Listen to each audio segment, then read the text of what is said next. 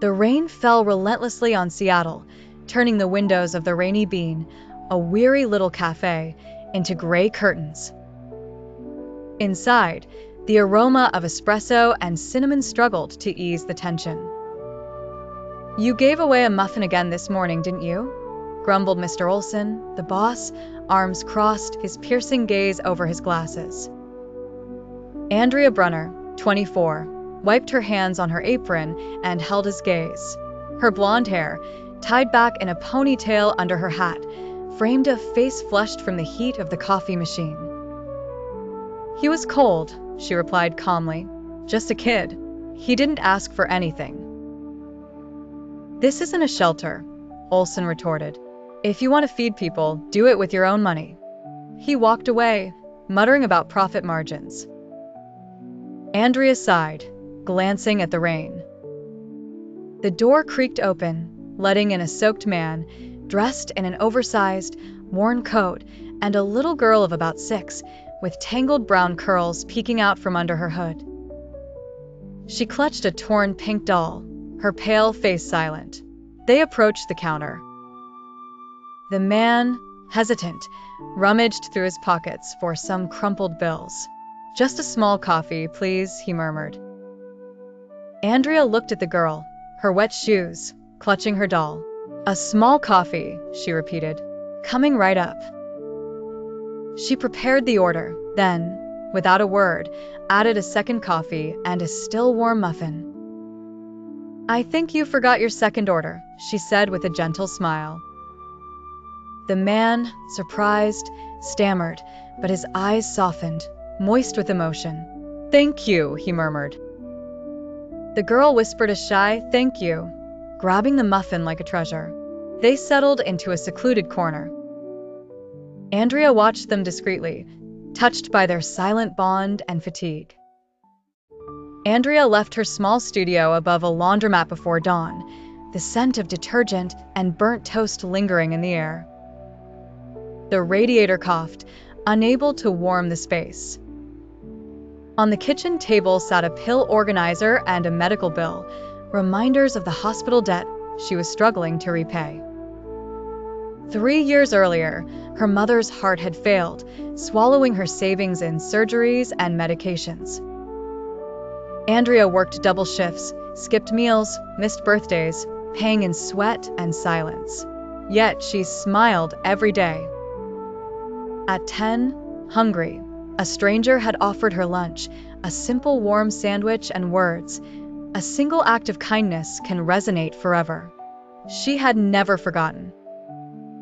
Joseph Bennett once believed in such echoes, but his had fallen silent. 5 years ago, he held his wife's hand for the last time in a too-clean hospital room.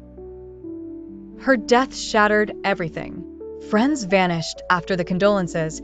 Business partners drew closer, disguising their greed as sympathy. His mother, Eleanor, hadn't cried at the funeral. "When are you going to remarry?" she had asked, mentioning Cheryl and brand image. Brand, a word that reduced their life to a facade. Joseph left it all behind. His penthouse sold, a leased car, avoiding the media. With Cheryl, he traveled through small towns, paying in cash, without a phone, seeking to know if he would be treated differently without a suit or title. Most of the time, he was ignored. But that morning, in a rainy Seattle cafe, something changed. Andrea, without asking questions, offered warmth and a smile. Joseph returned to the Rainy Bean, first for the coffee, then for Andrea's presence. Each visit to the Rainy Bean strengthened a tacit bond between Andrea, Joseph, and Cheryl. On Tuesday mornings and Thursday afternoons, they occupied the same booth, their discreet smiles becoming familiar. Andrea didn't ask personal questions, but she made room for them, reserving Cheryl's favorite seat, sliding in extra cookies. When the rain stopped, she would bring out chalk for Cheryl to draw rainbows on the sidewalk. Joseph asked for nothing, but his tips, hidden under napkins or in books, carried messages. "You make mornings special." Andrea never mentioned them, simply smiling in response. One Thursday, Cheryl spilled her cocoa on the counter. Andrea laughed, handed her a napkin, and whispered something that made the little girl beam. Joseph, near the window, coffee intact, watched Andrea kneel to clean Cheryl's hands and draw a whipped cream heart on a new cocoa. A sweet pain washed over him, a memory of his wife looking at Cheryl with the same tenderness. Andrea, for her part, lived simply. She read library books, left coins on bus seats for strangers, sang while washing dishes.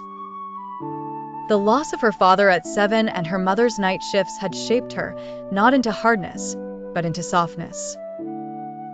Joseph lingered longer, watching Andrea distribute hope like sugar packets.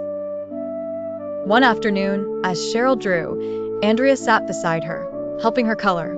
Her laughter rang out like a song. Joseph, on the other side, watched them, invisible, his heart torn between fullness and emptiness. Their eyes met. She smiled. He looked down, troubled by the sensation of being seen. The rain returned, soft and steady, coating the windows of the rainy bean. Andrea, behind the counter, poured 2 hot chocolates, one with 2 marshmallows for Cheryl. Joseph and she entered, Cheryl waving a drawing enthusiastically. Andrea smiled at them, but a question nagged at her. That morning, an envelope had arrived, her mother's hospital debt, fully paid by an anonymous donor through a charity. Andrea had cried, torn between gratitude and confusion. "It's incredible," he said calmly, without surprise. "My mother keeps asking who would do that," Andrea added. Joseph nodded. "Maybe someone who knows what it's like to carry a burden alone." A colleague, Lisa, pulled her aside during a quiet service. "That guy," she whispered, pointing at Joseph. "He's wearing a Patek Philippe, a $50,000 watch." Andrea laughed, incredulous. "A fake, maybe." Lisa raised an eyebrow. "Or your mystery client isn't who you think he is." Andrea watched Joseph, helping Cheryl mix her hot chocolate, still in his old coat, his discreet smile. Yet a doubt began to sprout. In the following days, she scrutinized more: Joseph's natural grace, his subtle authority, his silence about his work, his lack of calls. The sky over Seattle darkened, heavy with unspilled rain. Andrea arrived early at the rainy bean, her steps slower. On the counter, she placed an envelope from the hospital, brought from home. The words "fully paid" shone, but this time, the donor's name was clear: Joseph Bennett. She stared at the paper, torn between shock and pride. She slipped the envelope into another and set it on the counter, breathless. The bell chimed. Joseph and Cheryl entered, Cheryl radiant, Joseph searching for her gaze. Andrea did not smile. "Hello," he said softly.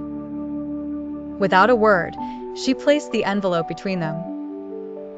"We need to talk," she said, her voice clear but firm. Joseph looked down at the envelope, his smile fading. "You paid for my mother's surgery," she said, without saying a word. He nodded. "Yes." "Why?" "Why in secret?" Joseph glanced at Cheryl, who was drawing on the board. "I wanted to help, that's all." Andrea crossed her arms. "Help? By pretending to be poor?" "I never pretended," he replied calmly. "I just didn't correct the idea."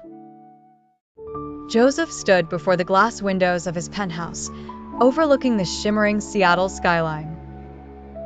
Polished marble, designer furniture, and refined art surrounded him, yet he felt a chilling emptiness. His mother, Eleanor, broke the silence. "Claire will be here at 7 p.m. Wear the blue suit." Joseph, motionless, replied, "I'm not going." Eleanor approached, her heels clicking. She's perfect for you. Her father owns the largest logistics firm on the West Coast. This isn't about feelings, but legacy. Joseph exhaled. My legacy is Cheryl. You can have both, Eleanor retorted. Stability first, love later. He turned. I tried your version of stability. It cost me my wife. I won't sell my soul again. Eleanor, her face hard, left him alone. That night, Cheryl coughed until dawn, feverish. Joseph, by her bedside, applied cold cloths, whispering lullabies his wife once sang.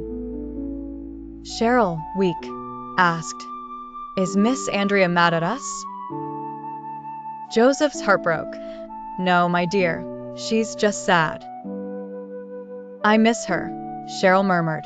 Joseph kissed her hand. Me too. Across the city, Andrea, in the darkness of her room, stared at her computer. Despite the pain, she refused to believe Joseph had acted out of arrogance. Andrea opened her bedside drawer, where Cheryl's drawing lay. Her, Cheryl, and a tall man, under a bright sun. Miss Andrea is my friend, read the awkward handwriting. Her heart swung between guilt and desire. Had she judged Joseph too quickly?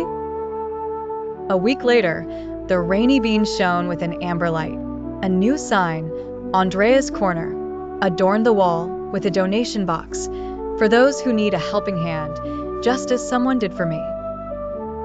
The cafe buzzed with excitement for a community charity night. Free coffee, hot food, a collection for local shelters. Andrea had no idea who had organized it. A board displayed children's drawings, including one in purple, yellow, and red, showing 3 figures under a sun.